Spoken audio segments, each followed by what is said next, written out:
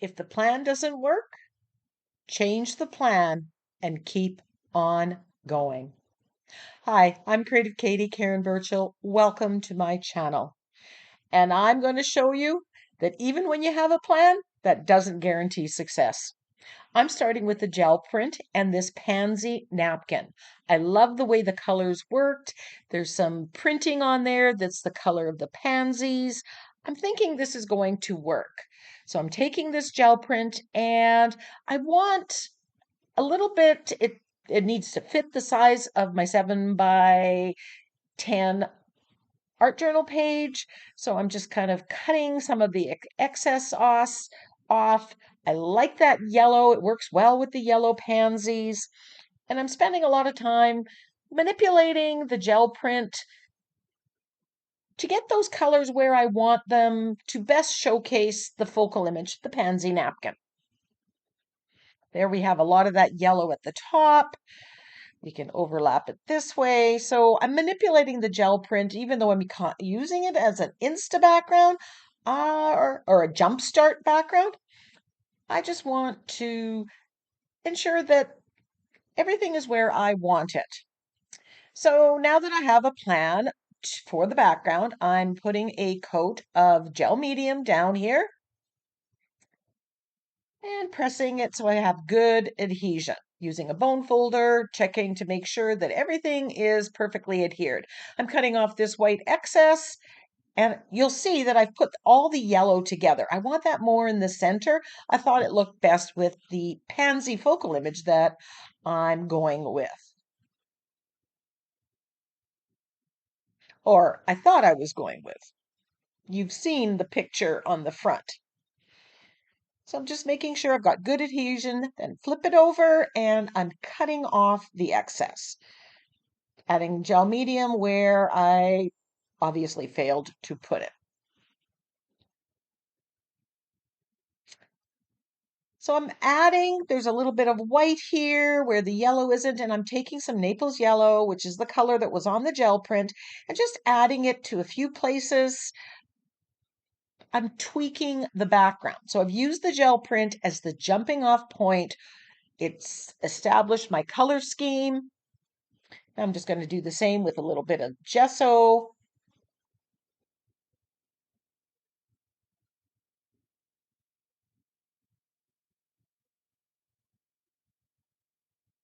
And then some of that blue green. This is Amsterdam paint. Just adding a little bit in there.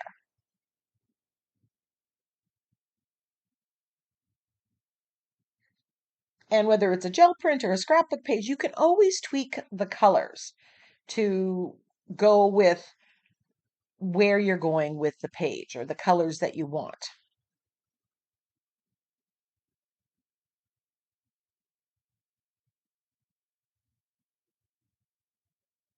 So I'm liking this pansy napkin in here. I think it's going to look good. Everything's going according to plan, but I want to add a little more interest to the background. So I grabbed this stamp. This is from Stamperia. I believe it is the Mermaid Ship Seas, Song of the Seas stamp set. And I'm stamping with the purple violet paint, which is in the background. It's on the pansy. I just want some of those colors more represented in the background. Now, at this point, I'm thinking this isn't really giving me as much of the color in the background as I want. So, not exactly happy with my choice, but I'm moving forward because it's not done. I can always add more layers. And sometimes when you add those next layers, it makes it suddenly all work together. Thank you if you are a subscriber. I do appreciate you. If you're not a subscriber, please think about hitting that subscribe button and click the option to click on that bell and get notified of upcoming videos. So now I want to lighten this up a little bit. So I grabbed a swirl stamp. I think this is an old one from my stash. I believe it was a Bow Bunny brand, but any swirl will work. And I'm stamping with white. This is going to add some lightness and brightness to what's appearing to be a very dark background. It's also going to add movement because it has that swirl in that. And that's something I like to incorporate into my pages. I'm applying it to the stamp with a brayer.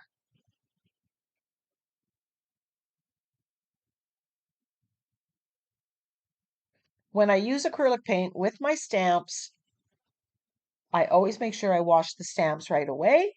I spray them with my Murphy's oil soap mixture, and then I clean them so that they aren't ruined. But all my stamps, I use them in my art journaling. I use them in mixed media. I'm typically not using them to make cards, so I don't need a perfect impression, so they don't have to be pristine.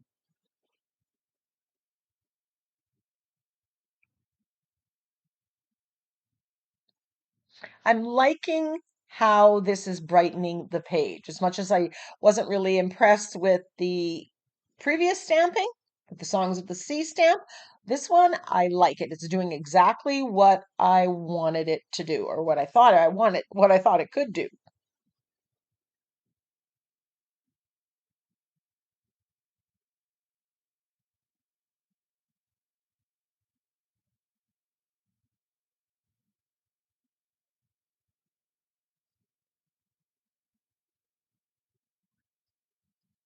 I like the 2.5 Ranger brayer for applying paint to my stamps. I'm just adding a little bit more of that yellow.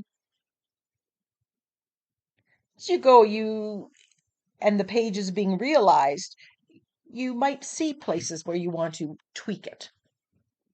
But you can do that at any stage. And spoiler alert, I tweak a lot in this, at the creation of this page. And I'm still liking the napkin there. But I'm thinking the background is a little bit dark. So I try a colored coffee filter. I try it on there, taking pictures.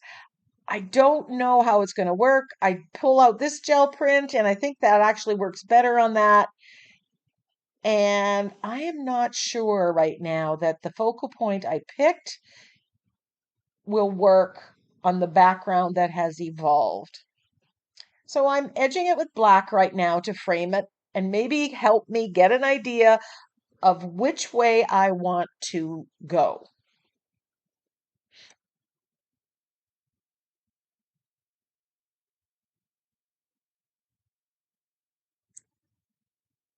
So I grab a script stamp, and I've got black paint, and I'm stamping with the script stamp. And somehow this clicked in my head.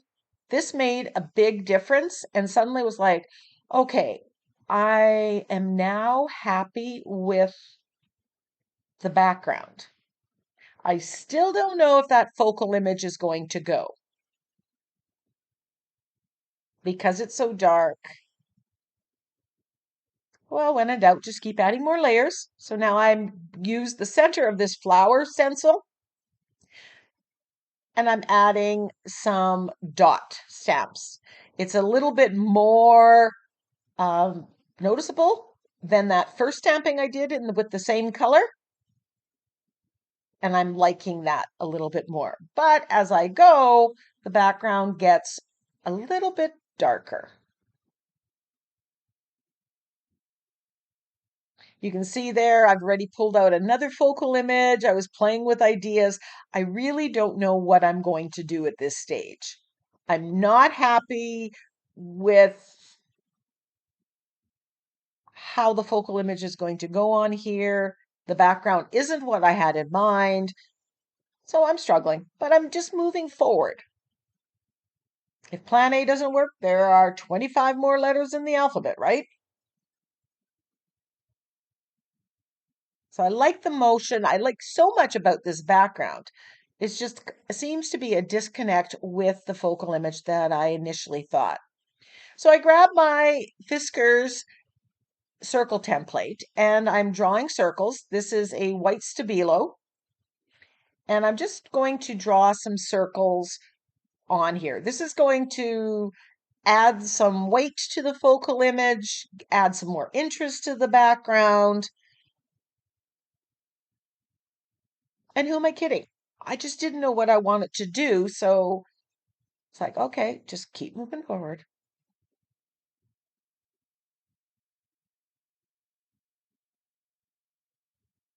So I'm using different size circles and I'm deciding which one's on top of which one. I love this circle template. It is so easy to do something like this on a page.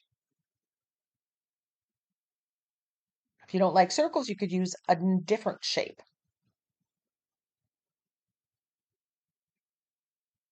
I'm just deciding how many circles I want. And I like them when they somehow, some of them go off the page.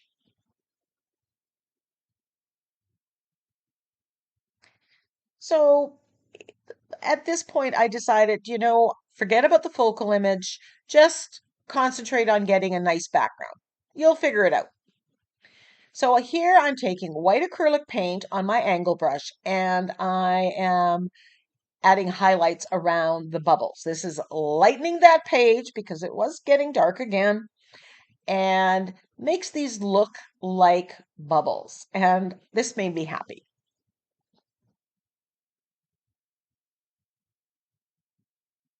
So quite honestly, I could have put a sentiment on this with the bubbles and been happy that I could have called it done.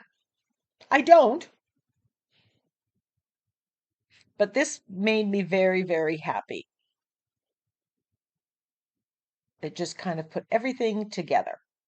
So it's a good technique to have when you're not sure what to do.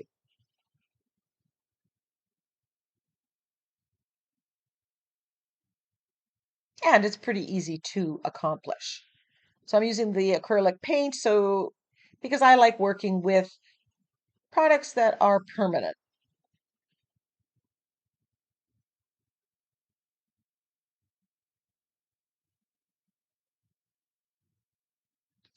Once it's dry, I come back and I add a little bit more if I think it needs to be a little bit brighter. But look at those bubbles. I could put a quote about bubbles or something on there, making a wish. So I decided, I looked through my stash, I saw this printable that was out on my table, and I thought, you know what? I'm going to, it kind of goes with the bubbles behind it, I thought. So I'm gluing that down with the gel medium, putting a good coat on top because I know I'm going to paint it and I want it to be permanent or I want it to be um, non-porous. I grabbed a sentiment from my Winged Wonders sentiment pack and I'm just going to glue that down as well. And I'm going to put it in one of those bubbles. So the bubbles act as a nice backdrop to the focal image and to the sentiment. Taking a picture of that, I was really happy and I walked away. It was the end of the evening and I came back the next day and I want to colorize it and I chose to use my Inktense blocks. I've got them swatched out, so I leave the swatches up there and I can pick the colors that I think are going to go with the background. So simply done. The Inktense blocks are like watercolor. You wet your brush, you rub it on the stick or the block, and then you can paint with it. I also, off to the side, I've added a little bit of gesso to it. I like the Intense blocks. They are permanent when they are dry, fully activated and dry, and they're very translucent. They're yet not as opaque as acrylic paints. So when I add just a little bit of gesso, they make them any color, and all the colors of the blocks can be just like acrylic paints. There I started with the Naples yellow that was in the background, and then I added a brighter yellow, and I like that. So I actually go and do a wash of color. Everywhere there's yellow in the background, I do a wash of the Inktense block, the brighter yellow on it, and it brightens the background just that little bit. You'll see in the end. So here I'm doing a flesh tone. And again, sometimes at some point here, I go and I add a little bit of gesso. It just gives a little body to the watercolor, but then I'm dropping in different tones. Lost a little footage there, but here I've decided to paint the the girl, the fairy. I've used fuchsia,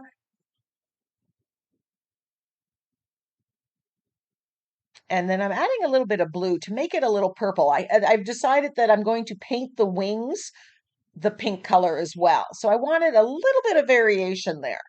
So I'm just dropping in some more color. So it's not going to be fuchsia and it's not going to be purple. It's going to be something in between, lots of interest in the tone. And then the wings are going to be more that pink color.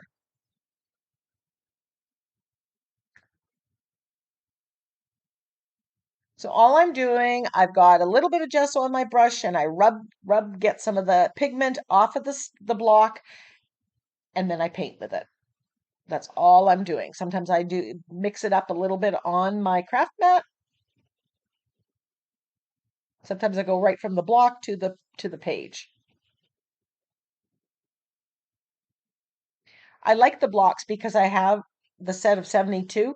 So I've got every color imaginable. I don't have to mix. I can, you know, just match the color to what is in my background or what's on the napkin. Very user friendly. So you can see how the bodice of her dress is a little darker. Then I painted the dots yellow. I'm going to paint her eyes the teal that's in the background to match. I think I'll use this fairy again, but I might next time cut off the wings, change the hairdo, use just basically the head. Here I'm just adding a little bit of brightness with the teal. Again, I'm just giving it a wash of color, but I did that with the brighter yellow as well. So if you're noticing a difference, good eye.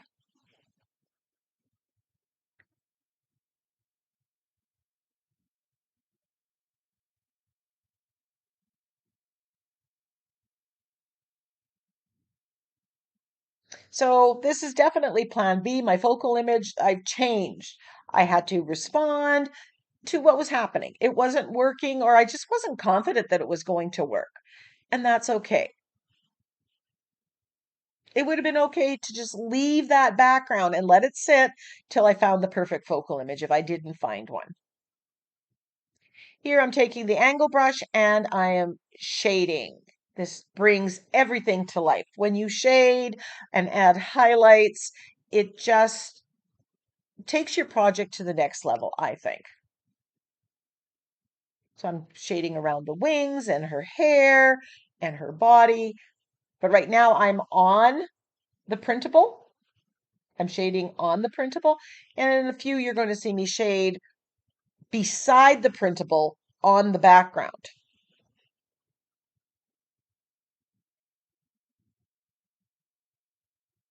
This is also why I like using the Inktense blocks to colorize it, because they are more transparent or translucent.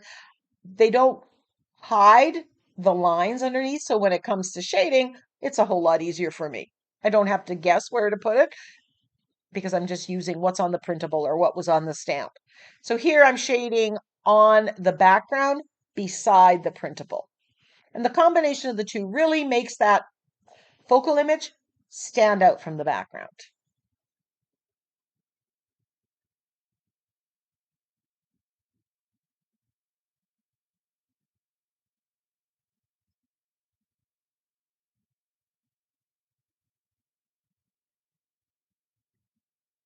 And I'm just working my way around the focal image. And adding that shading with the black, it really made these colors pop. Then I'm shading around the sentiment as well.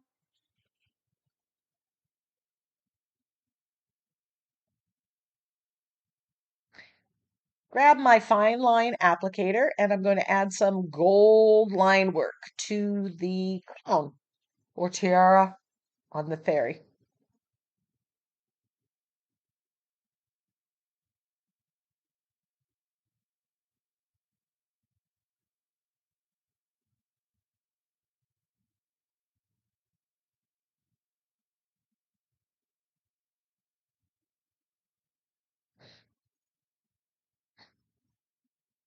Add some jewels.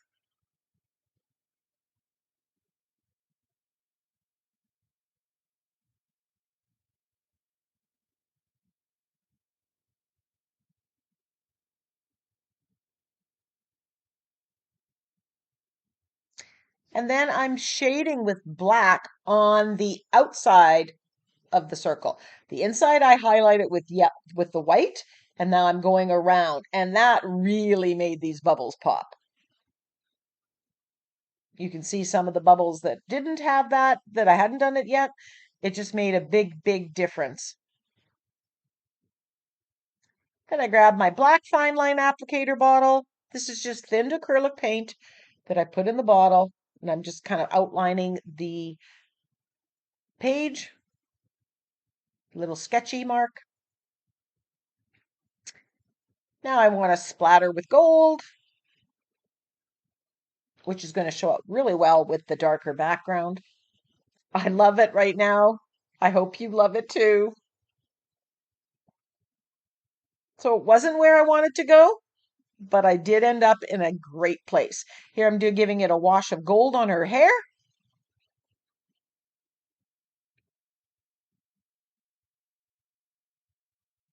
Give that a dry, and look at that. Love. It was a bit of a bumpy ride there, but I love it. And I still have these two napkins, these pansies, to find a home.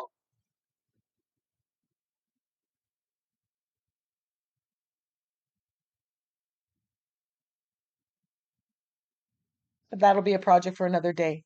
Here are the close-ups. Again, thank you if you're a subscriber. Hit that subscribe button if you like this video. Leave me a comment, ask me a question. Until next time, go get creative.